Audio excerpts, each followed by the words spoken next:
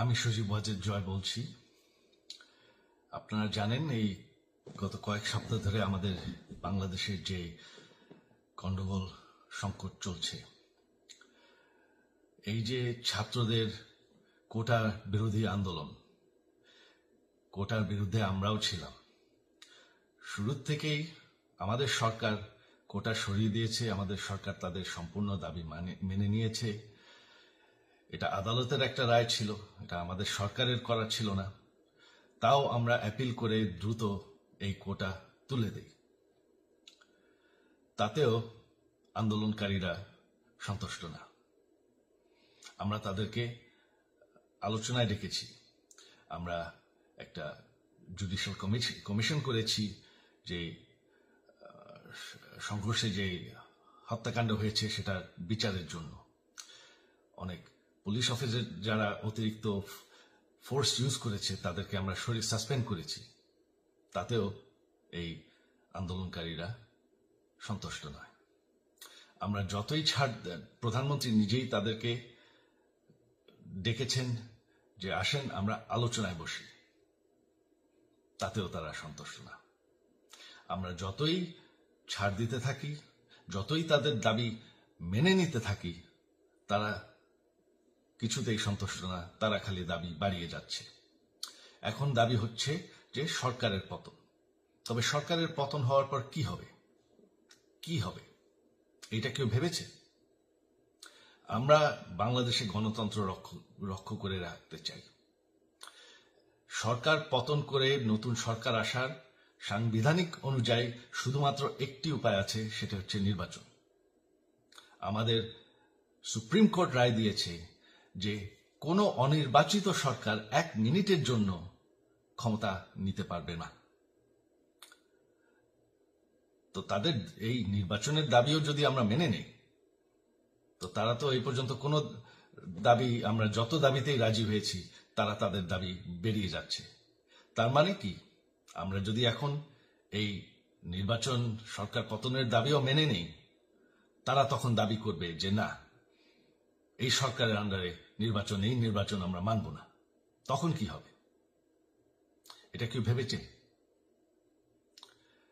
জানি আমাদের সেই সুশীল সমাজ আবার আলোচনা করছে সেই তত্ত্বাবধায়ক সরকারের অভিজ্ঞতা তো আমাদের আছে। আপনারা ভুলে গেছেন সেই তত্ত্বাবধায়ক সরকারকে নষ্ট করে দেওয়া হয়েছিল বিএনপির আমলে ইলেকশন রিগ করার জন্য। তারপর যখন আরেক তত্ত্বাবধায়ক সরকার আসলো, দেশের কি অবস্থা হয়েছিল। শেষমেশ সব থেকে বড় কথা যে আমাদের সংবিধানে স্পষ্ট বলা আছে এবং আমাদের সুপ্রিম কোর্ট রায় দিয়েছে যে অনির্বাচিত সরকার 1 মিনিটের জন্য দেশের ক্ষমতায় থাকতে পারবে না। আমরা আওয়ামী লীগ, আমরা আন্দোলন করেছি, আন্দোলন করে এই দেশকে স্বাধীন করেছি, আন্দোলন করে গণতন্ত্র ফিরে এনেছি, আন্দোলন করে আমরা দেশের উন্নয়ন করেছি।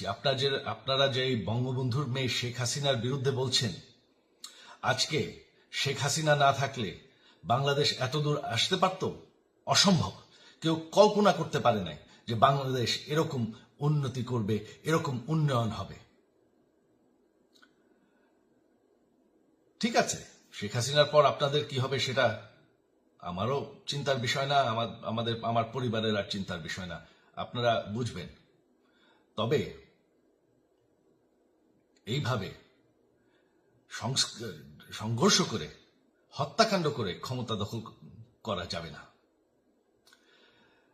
এটা আর আন্দোলন না।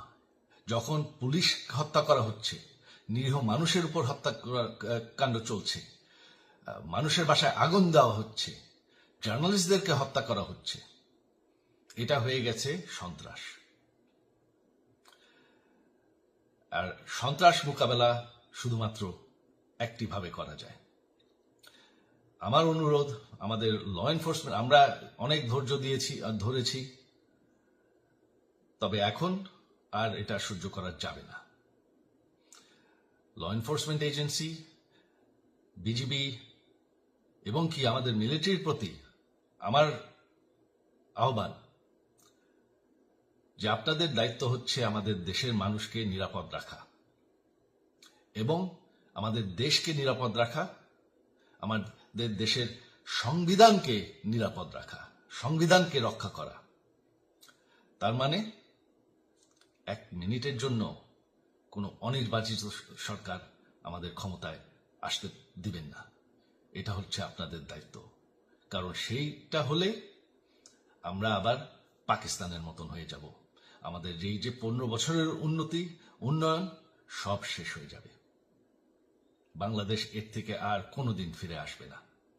আমিও সেটা চাই না, আপনারাও সেটা চান না। আমি সজীব ওয়াজের জয় যতদিন আমার পক্ষে সম্ভব আমি সেটা হতে দেব না। জয় বাংলা, জয় বঙ্গবন্ধু।